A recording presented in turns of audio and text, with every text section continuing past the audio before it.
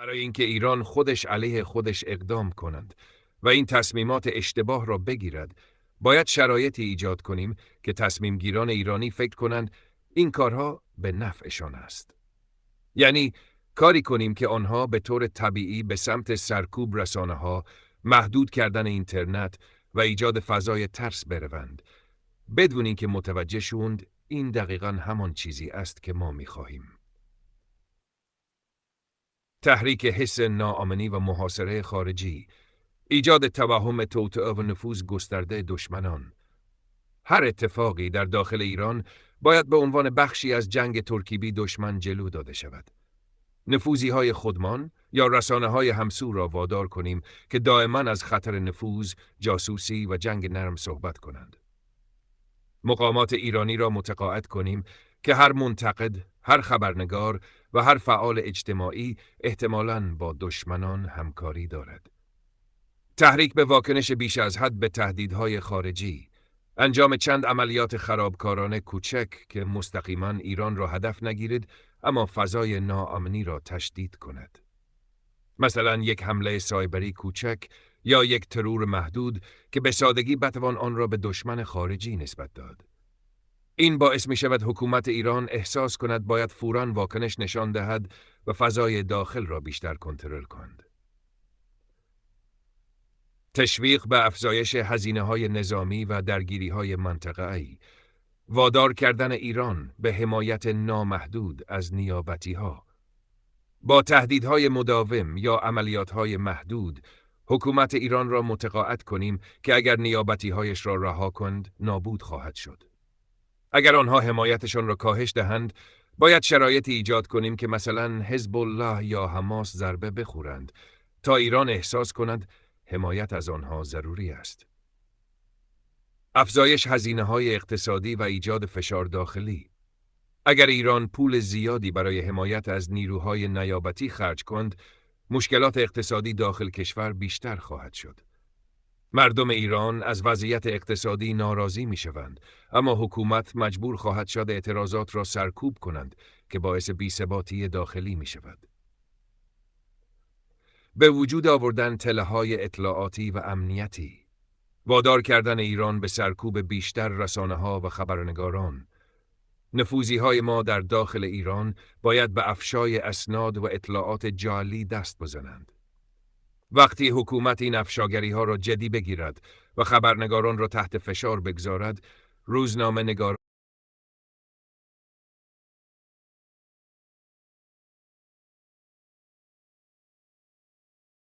مستقل سرکوب می‌شوند، حتی اگر واقعاً چیزی نفهمیده باشند. این باعث می‌شود جامعه از رسانه‌های مستقل ناامید شود و به شایعات و اخبار دیده باشند. این باعث می‌شود جامعه از رسانه‌های مستقل ناامید شود و به شایعات و اخبار کنترل شده حکومتی وابسته‌تر شود.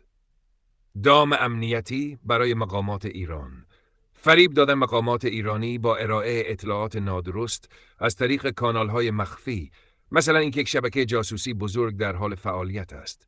این باعث می شود آنها واکنش افراطی نشان دهند و عدد زیادی را به اشتباه بازداشت کنند که اعتبار حکومت را کاهش می دهد. دو قطبی سازی جامعه و تشدید اختلافات داخلی، تقویت اختلافات میان جناح‌های داخلی، حمایت رسانه‌ای از گروه‌های مخالف یکدیگر در داخل حکومت تا فضای تصمیم گیری دچار هرج و مرج شود. مثلا برخی را تشویق به سیاست‌های تندروانه‌تر کنیم، در حالی که برخی دیگر را وادار به مخالفت کنیم تا نزاع داخلی شکل بگیرد. تشدید فاصله بین مردم و حکومت. اگر مردم احساس کنند که حکومت فقط در حال سرکوب است، ممکن است کم کم اعتمادشان را از دست بدهند. حمایت از جنبش‌های کوچک اعتراضی، نه برای سرنگونی، بلکه برای ایجاد فشار مداوم و افزایش تصمیمات اشتباه حکومت. ایجاد شرایطی که حکومت ایران خودش به سمت فیلترینگ و کنترل بیشتر فضای مجازی برود. راه اندازی کمپین‌های جعلی برای تحریک واکنش حکومتی. تولید محتواهای تحریک آمیز در فضای مجازی که حکومت را مجبور کند اینترنت را محدود کنند.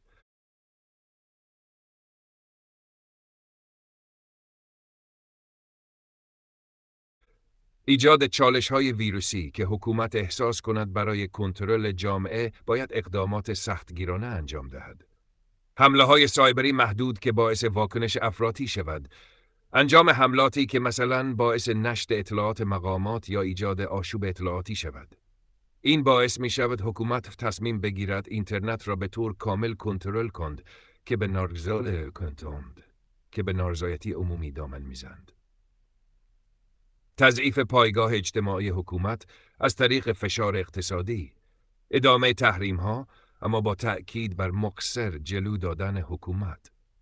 باید تحریم‌ها را به شکلی اعمال کنیم که مردم احساس کنند مشکلاتشان فقط به دلیل سیاست‌های خود حکومت است، نه فشار خارجی.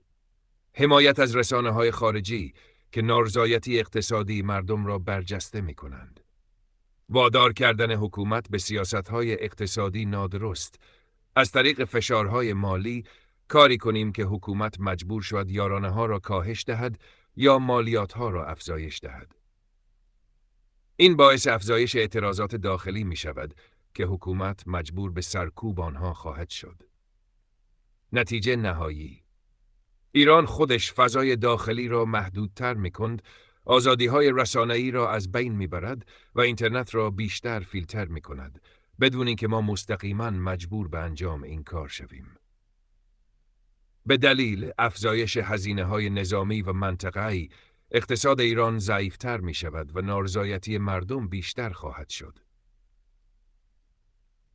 حکومت ایران به دلیل اطلاعات غلط و تهدیدات مصنوعی تصمیمات اشتباه می گیرد و خودش را درگیر بحران‌های غیر ضروری می کند.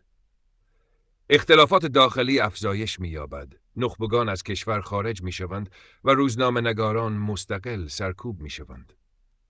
در نهایت، حکومت ایران بدون نیاز به یک حمله خارجی خودش پایه‌های مشروعیت خود را از بین می‌برد.